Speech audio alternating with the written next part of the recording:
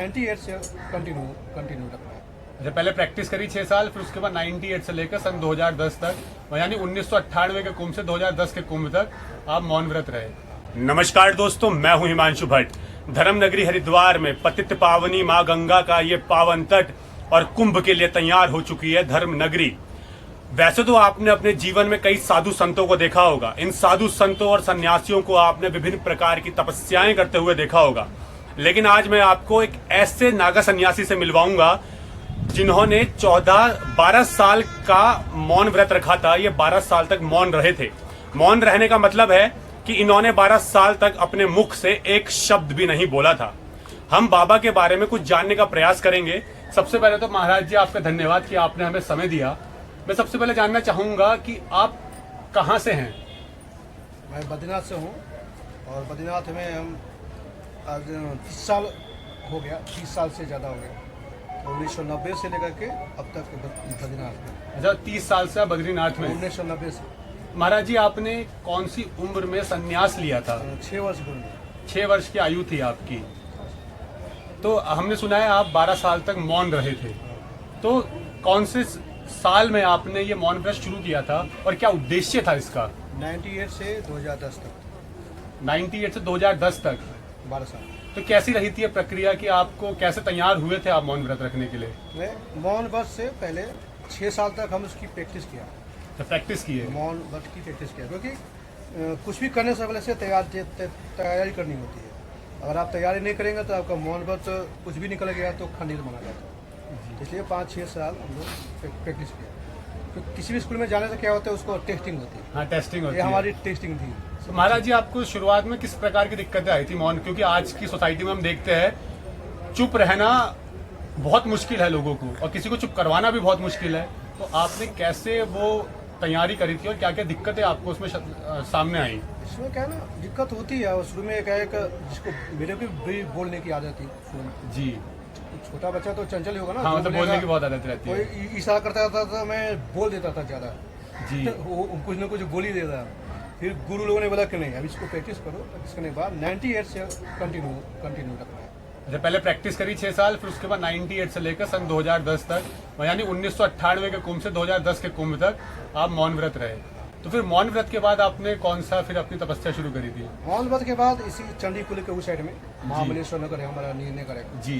वहीं पे अपना मौन व्रत खोला। और मौन व्रत खोलने के बाद उसी समय हम फलाहार का संकल्प लिया। कुंभ से कुंभ, हमारा कुंभ से कुंभ रहता है। कुंभ से कुंभ रहता है, यानी 1998 से 2010 तक आप मौन व्रत रहे, और 2010 से अब तक आप केवल फल खा रहे हैं, फलहार हैं। महाराज जी, इसके पीछे का उद्देश्य क्या था? क्या ना, शुद्धता होना चाहिए। शास्त्रों में क्या लिखा है, मनसा वाचा कर्म सात्विक भोजन। जो व्यक्ति ये पालन करेगा ईश्वर के हमेशा साक्षात्कार करेगा। जी। साक्षात्कार है और यही तप है। और साधु संत अच्छा करते हैं, सात्विक करते हैं, तो वो लोग भगवान के करीब रहते हैं। जो नहीं करते वो नीचे चले जाते हैं। जी, यही तप है। महाराज जी, आपने छोटी उम्र में ही संन्यास ले लिया था।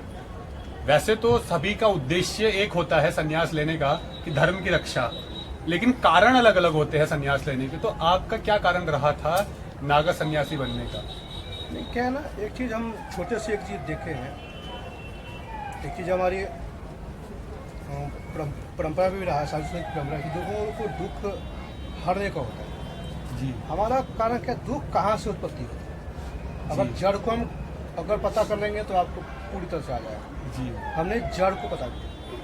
दुख का जड़ कहाँ, हर व्यक्ति का होता है। जी। जड़ को खोद देंगे ना, सब खत्म हो जाएगा, तो वो अच्छा हो जाएगा। जी। इसलिए हमने जड़ को पता किया। जब आपने बताया दुख की उत्पत्ति कहाँ से हो रही है, आपने उसका पता लगाया। हाँ, और वही शास्त्रों में है, लोग समझ नहीं पा रहे हैं। जी। शास्त्र में ही है। 4 जगह आपको क्या बताया, मनसा वाचा कर्म सात्विक। ये चारों ऑप्शन ईश्वर ने बनाया हमारे लिए और आपके लिए। कोई बोलता है संतों के लिए अलग नहीं, हमारे नियम ही वही है, आपके लिए भी। जो नियम भंग करता है उसको दुख मिलता है, जो नियम नहीं भंग करता उसको आनंद मिलता है। जी। जैसे महाराज जी, प्रकृति का नियम है कि सुख और दुख एक समान साथ साथ चलते रहते हैं हर व्यक्ति के जीवन में। यहाँ तक कि भगवान के जीवन में भी सुख और दुख निरंतर चलते रहे थे। तो आपने ऐसा क्या पता लगाया और आपको क्या पता चला है कि दुख का क्या कारण है वास्तव में आज के समाज में? सोच क्या है, सोच का दुख है। सोच का, नेगेटिव सोच को हटा देना चाहिए, हमेशा पॉजिटिव होना चाहिए। जी क्योंकि क्या है ना, देखिए भक्तों को भगवान दुख नहीं देता। ये आपको एक उदाहरण दूंगा। भक्तों का आज तक भगवान ने कभी भी वो नहीं दिया, दुख नहीं दिया। पहले बताओ, जैसे ध्रुव थे प्रहलाद। जी ध्रुव को छोटे में 5 साल की अवस्था भगवान को प्राप्त हुआ था। उस समय उन्होंने भगवान ने आशीर्वाद दे दिया, ज्ञान दे दिया, पावर दे दिया, सब कुछ दे दिया दर्शन होने के बाद। फिर भी भगवान को बोला, ज्ञान होने के बाद तो भाई माया में नहीं जाएगा ना। जी फिर भी ध्रुव बोल रहे हैं कि भगवान अपने में लीन करो। जब ज्ञान आपने दे दिया, अपने में लीन करो। भगवान बोलते नहीं, अगर मैं आपको अपने में लीन कर लेंगे समाज को ज्ञान नहीं मिलेगा। उन्होंने मेरा आशीर्वाद है, 5 साल में आयु को क्या होता है बताइए।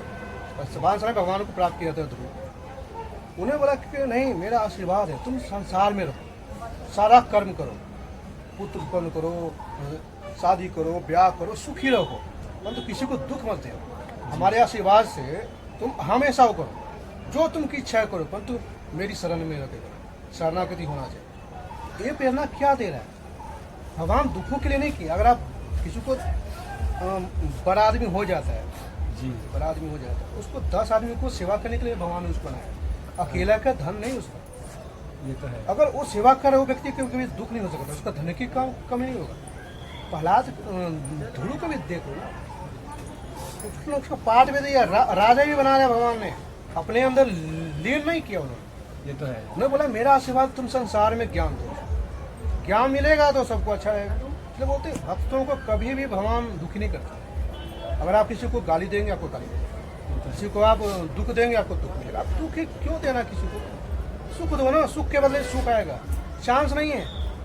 इसलिए 4 वेद 6 7 18 प्राण में एक चीज है, आनंद में जीवन मनुष्य।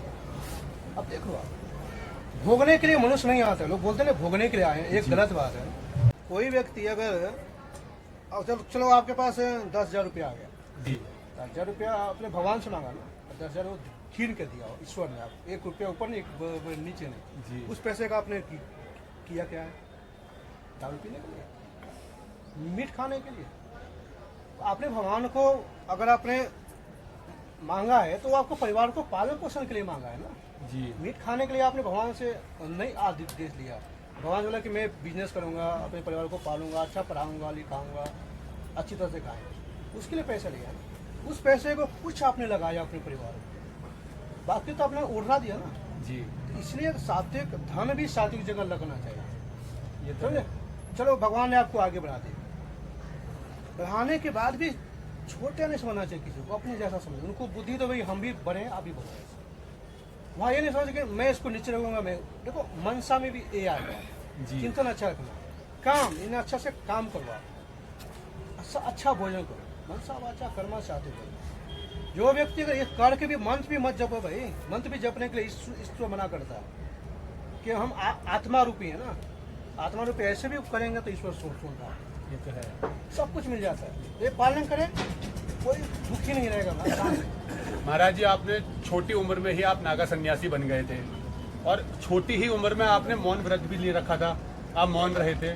उस दौरान जब आप मौन रहे थे, उससे पहले आपने कहा था कि आप भी बोलते थे, तो आपको जब मौन आपने धारण किया, आप निरंतर उसमें आगे बढ़ते रहे, तो आपने किस चीज़ की अनुभूति करी थी जिसने आपको एक अलग एहसास कराया था संसार से हटकर? परमात्मा का जी देखिए, हमारे क्या होता है ना, आत्मा कहाँ निवास करता है पता है? चीर के देखो, दिखाई नहीं देती जी है। चीर के देखने का बाद भी दिखाई देता नहीं कहाँ हाँ जी है। तो इसलिए ना आत्मा और परमात्मा को करने के लिए मेडिटेशन करना पड़ेगा। मेडिटेशन में क्या है? योग मार्ग है, सब जी सचक्र है और ब्रह्मंत्र है, तुरिया है, सुषुम्ना है। ये पॉइंट होता है, योग का पॉइंट होता है। तो महाराज जी, हमने देखा है जैसे आज की जो पीढ़ी है, कई लोग नागा सन्यासियों से डरते हैं। ऐसा क्या कारण होता है कि ये लोग डरते हैं? नहीं, लोगों ने नागा सन्यासी को अघोरी बता दिया। जैसे नागा सन्यासी जो ना अघोरी नहीं होता है, जी और फुल इंसान है भाई, इंसान है। देखो मनुष्य जीवन लिया, हम लोग इंसान बने, मनुष्य बने, इंसान है। इंसान ही देवताओं को टक्कर देगा। हाँ जी हाँ, और नागा सन्यासी से डरने की जरूरत नहीं है। भगवान शिव की तरह सात्विक होते हैं और हम प्योर होते हैं। मतलब किसी भी प्रकार से डरने की जरूरत नहीं है, और एक तरीके से देखा जाए तो शिव का ही रूप है। शिव का स्वरूप है। देखो मानसिक स्थिति चिंतन ही करो ना, उसका काम बन जाएगा भाई। हाँ जी कुंभ क्यों हुआ है? आम आदमी की रक्षा के लिए बनाया गया है। जी। लाखों संतों को कहाँ ढूंढेगा आम आदमी? कुंभ में आ जाओ, लाखों संत को नमोदान करो, वही चाहिए, सब कुछ उसको मिल जाएगा। तो महाराज जी, हमने जो देखा है आज, हम पुराने लोगों की बात तो नहीं करेंगे लेकिन आज की पीढ़ी की बात करेंगे। अधिकतर का मानना यह है कि साधु सन्यासियों का काम केवल भांग और चिलम फूकना होता है और भिक्षा मांगना होता है भगवा धारण करके। तो मैं ये जानना चाहता हूँ कि वास्तव में कितना बड़ा त्याग है जो नागा सन्यासी इस संसार में आकर करते हैं। देखिए, नागा सन्यासी त्याग है। अब देखिए, कोई एकांत में रख के दिखाए, जी। एक कमरे में, मान लो एक कमरे में रखो, उसको भी रखो, एक संत को भी रखो, तो भाग जाएगा छोटा के। हाँ जी। और घंटे में मजा आ रहा है उनको, अरे एकांत तो मिला है, बड़े अच्छा लग रहा है उसको संत जी। को, और उसको एकांत में बंद कर दो, दोनों को चिल्लाएगा, आप नागा सन्यासी मस्ती से आनंद लेगा। इसी में अंतर आपको लगेगा। ये तो है। दोनों को परखा जाए ना, आनंद आएगा। वैसे महाराज जी, अगर कुछ ऐसा समझाना पड़े कि क्या वास्तव में कितना बड़ा ये त्याग है, तो आपके शब्दों में क्या कहा जाए इस त्याग को, कितना बड़ा है ये त्याग? बताता हूँ, त्याग तो है, आप एक परिवार को नहीं संभाल पा रहे, 4 लोग, जी। ये सारे लोग को संभालना पड़ता है। हाँ, दुख दर्द लेकर के सन्यासी के पास ही तो आते हैं। ये तो है। हम तो किसी को मांगने तो नहीं जा रहे हैं, वो तो देने आते हैं। साधु संत देने आते हैं भाई, लेने के लिए नहीं आता है। क्या ले रहा है, क्या दे रहा है पता है? अपना पुण्य देता है, तप देता है। किसी को अपने पूछो, परिवार से, माता पिता से पूछो, तुम पुण्य दोगे क्या? बोलेगा तुम अपना पुण्य करो।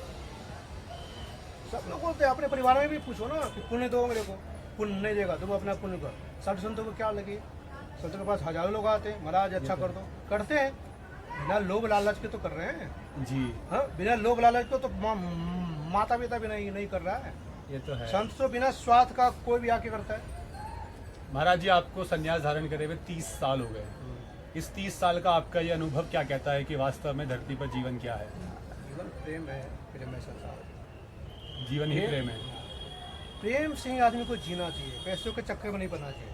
देखो, अगर आप एक घर में, यहाँ भी एक एग्जाम्पल दे रहा हूँ, एक घर में पैसा दो, जी। प्रेम न दो, वो व्यक्ति छोड़ के चला जाएगा, पैसा दिखा लात मार के निकल जाएगा। अब बताओ, ये तो है। प्रेम को पकड़ के रखो, सब कुछ हो जाएगा, पैसा भी आ जाएगा, सब कुछ आ जाएगा। एक घर में पैसा मत दो, प्रेम दो, तो बोलेगा मैं गुजारा कर लूंगा, 2 रोटी ने 1 रोटी खा कर रहेगी। जी, मतलब प्रेम से रहें, सब प्रेम से। सब सारा संसार प्रेम में सृष्टि है ना। जी, प्रेम योग, क्या बोलते हैं, योग में भी अभी आपको याद आया, प्रेम योग, ध्यान योग, कर्म योग, भक्ति योग, हर चीज योग से जुड़ा हुआ है। ये बात है। प्रेम के साथ साथ ध्यान करे, मेडिटेशन करे, मन के साथ भी योग करे, तो आदमी सुरक्षित रहता है। योग तो करना पड़ेगा। महाराज जी, संसार के लिए आप क्या संदेश देना चाहेंगे? यही बोलेंगे, सब लोग प्रेम से रहें, जब तक जिंदगी है प्रेम से रहे। कोई आदमी लंबा 100 साल थोड़े जिएगा, 50 साल जियोगे। जी, सबको प्रेम से जियो, हंसी खुशी जियो। छोटी जिंदगी है, खुशी से जीना चाहिए। किसी को राग देश में, उसको जितनी जिंदगी है सबको प्यार दो, प्रेम दो, शांति से जियो, आनंद से जियो। दुखों के लिए जिंदगी नहीं है, दुखों के लिए धरती नहीं है भैया, प्रेममय सृष्टि बनाया भगवान ने। जी। तो महाराज जी, हमने सुना है कि जब आप बद्रीनाथ में रहते हैं तो वहाँ आप -3540 डिग्री टेम्परेचर में भी तपस्या करते हैं, तो वो शक्ति कैसे और कहाँ से मिलती है? योग मार्ग है, योग मार्ग। योग साधना का है, मणिपुर चक्र है, वो अग्नि पैदा करता है। तो साल में लगभग कितने महीने आप लोग -35 डिग्री में रहते हैं? देखो, सबसे ज़्यादा ना दिसंबर, जनवरी और 15 फरवरी तक -35 रहता है। फिर उसके नीचे से वो आ जाता है -10, 20, 25 ऐसे रहता है। मतलब दिसंबर से लेकर फरवरी या मार्च तक आप लोग माइनस टेम्परेचर में ही रहते हैं। और उसके बाद ना माइनस ही रहता है। अभी आप पट खुलेगा ना, माइनस ही रहेगा, माइनस ही रहता है। -1 रहता जी। है। प्लस पे जाता है 1, 2, 3, 4, 5, 6, 7 ऐसे जाता है। तो जो आपको ये शक्ति मिलती तो ईश्वर से साधना। है, लेकिन इसका राष्ट्र साधना और भक्ति है। साधना।